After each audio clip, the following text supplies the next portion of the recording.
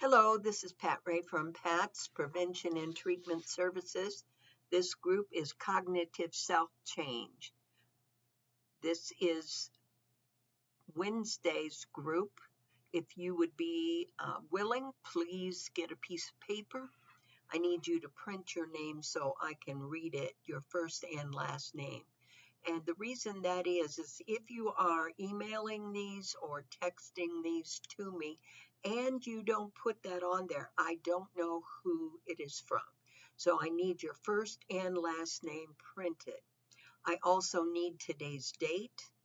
I need the type of the group, which is COG, C-O-G, and that stands for Cognitive Self-Change. And I need the topic of the group, which tonight is core beliefs.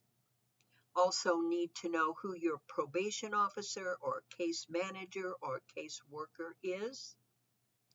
And I need to know if you have insurance, if you are paying in cash, or if you are going to be calling and paying over the phone. If another agency is paying for this, I need to know that. Okay, so one of the things I forget to mention sometimes is you can contact us, Pat at changeisachoice.org, email, text 217-766-9132, phone 217-954-1128, or through the mail at 300 South Broadway, Suite 110A, Urbana, Illinois, 61801. Tonight I'm talking about core beliefs, and just in case we may not have touched on it, I have my notes down here, so I'm going to be looking from time to time. I want to talk about the definition. There are many definitions out there, but this is the one we're using tonight. Core beliefs are the very essence of how we see ourselves, other people, the world, and the future. Our value system and morals are derived from deep-rooted beliefs. Sometimes these core beliefs become activated in certain situations. Something trips them off. Here's an example. Jim was raised to treat those around him with respect and kindness. Whenever he sees how being polite to others is positive, he understands how his core belief is helping him. Now let's take that a bit deeper. Core beliefs. We all have them. Sometimes we don't know what we believe until a situation arises. Let's say you were on a jury, and at that court, you were asked to decide if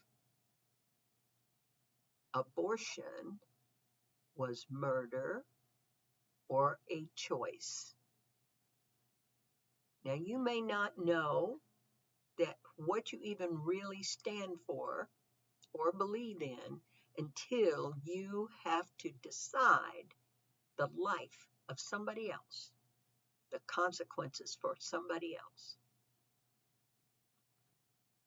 Another one, core beliefs.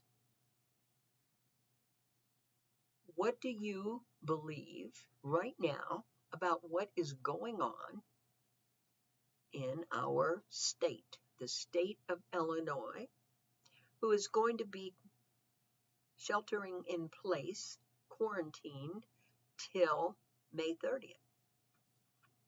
You may say, it's for public health, it's for the safety of not only myself, but for others.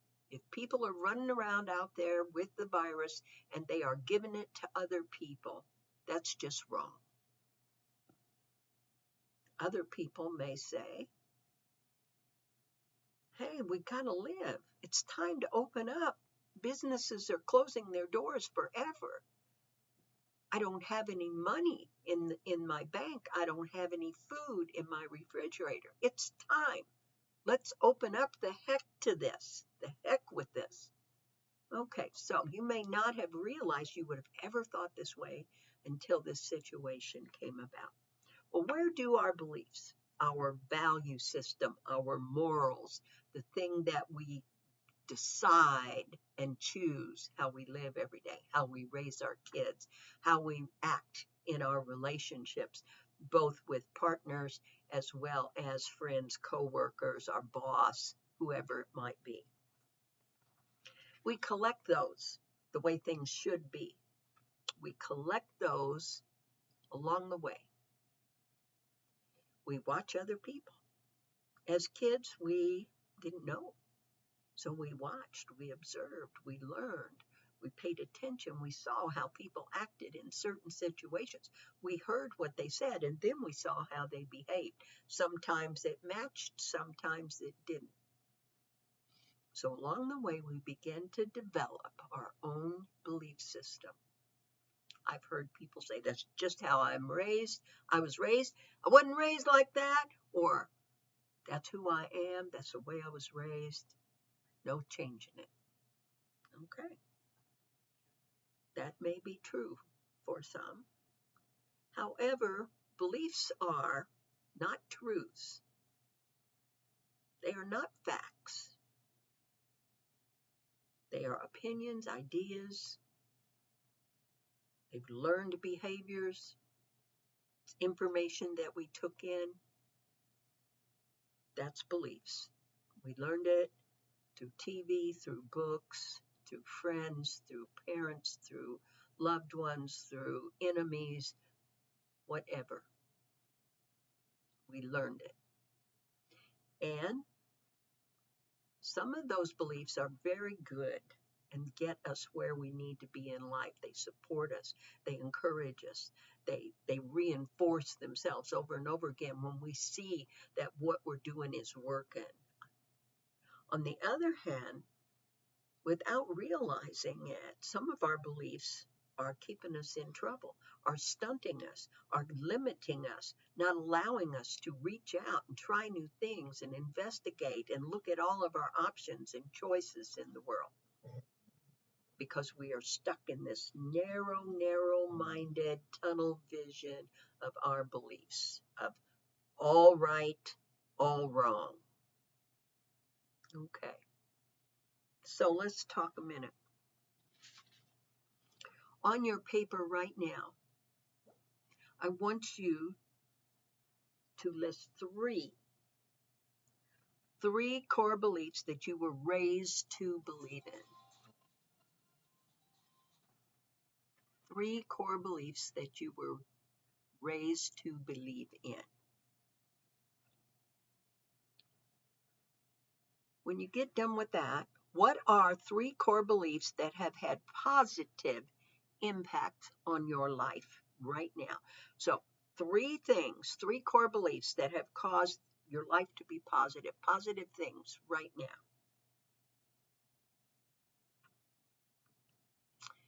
Then I want you to think hard about some events that didn't turn out the way you wanted them to. Choices that you made that caused a negative consequence, a hardship.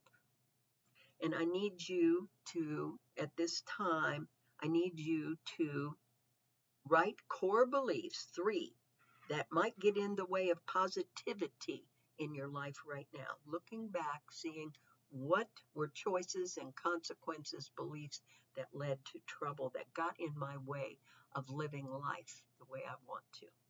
Or that might, if I do it again, maybe I've gotten past it, if I learned from it, and I might have made changes. But core beliefs, we slide right back into them. Very difficult, but that it's difficult to get over the hurdle, to make the change, to change the belief, but it can be done. For example, many years ago, before they had all the video and even TV was just new coming out, people read books. And moms and dads read fairy tales to their kids before bed at night. And my dad used to read me fairy tales. And every one of them ended up with, and they lived happily ever after. Okay, to pause. I am so sorry for that interruption. I'm here alone tonight. Corey just left, and of course now people are coming to the door to make their payments. So I'm going to finish up here. I want you to also tell me, how can core beliefs hurt a person if there is an unhealthy outcome? How can core beliefs have an impact overall on healthy and productive living? Now, if you find in your search of core beliefs that some have not been that helpful, then you might want to challenge them. We call that challenging them. And one of the things is to write down some of the positive, negative life events and what was your belief in that situation? What were you taught? What had you learned? What did you believe was right or wrong? You ask yourself, is this belief helping me or hurting me? Be very mindful about how this core belief has impacted you in the past. Do the opposite of that belief and monitor to see a positive result. So if a situation comes up similar, check it out. Do the opposite of what you normally do. So if you normally feel disrespected because a person said or did something that went against your belief that all people are supposed to respect you, then check that out. Do something different in your response. If there was a positive outcome in the past, as you list these, write about that. So pay attention to how you talk, the words that are actually coming out of your mouth from your belief system. Are they positive or negative? The other thing is, when a situation comes up, how do you feel? What are the feelings? And then trace it back to your thoughts and your beliefs. Make a commitment to change a core belief that is causing negative consequences. Now, this cannot all be done in one session. Core beliefs are a big deal. We may think we have identified them, and if they're unhealthy, we may think we've gotten rid of them, we've challenged them, we've moved on. But in times of stress, in times like these, core beliefs tend to resurface. Negative, unhealthy beliefs that are hurting us, keeping us limited. So pay very close attention when you're feeling bad, physically, mentally, emotionally. Check your beliefs, check your thinking, and then what are the beliefs underlying?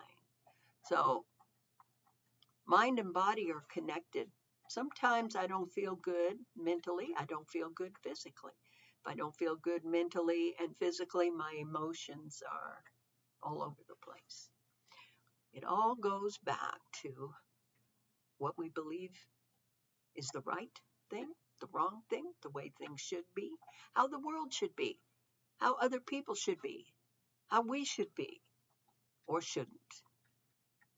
There's a bad word right there, should and shouldn't, because then we're judging ourselves, others, in the world. Take the judgment out. Identify your beliefs. Are they helping you? I have many that do not help, and in fact make me feel down, distressed, and anxious. So when I realize it, I bring it up and I say, that is not true. That belief is not true. And I have concrete reasons why I know it is not true. And I dispute that negative belief with those positive outcomes when I have changed the beliefs. The positive things I've done in the world that dispute the negative. The positive things that I've done in my life that disputes those negative beliefs. So catch yours. Spend some time with that, and that is your assignment. Write down those things and give me that progress note. No credit, no progress note. Credit comes when you send me the note, everything is taken care of, and your first and last name is on it. Have a great night. Thank you.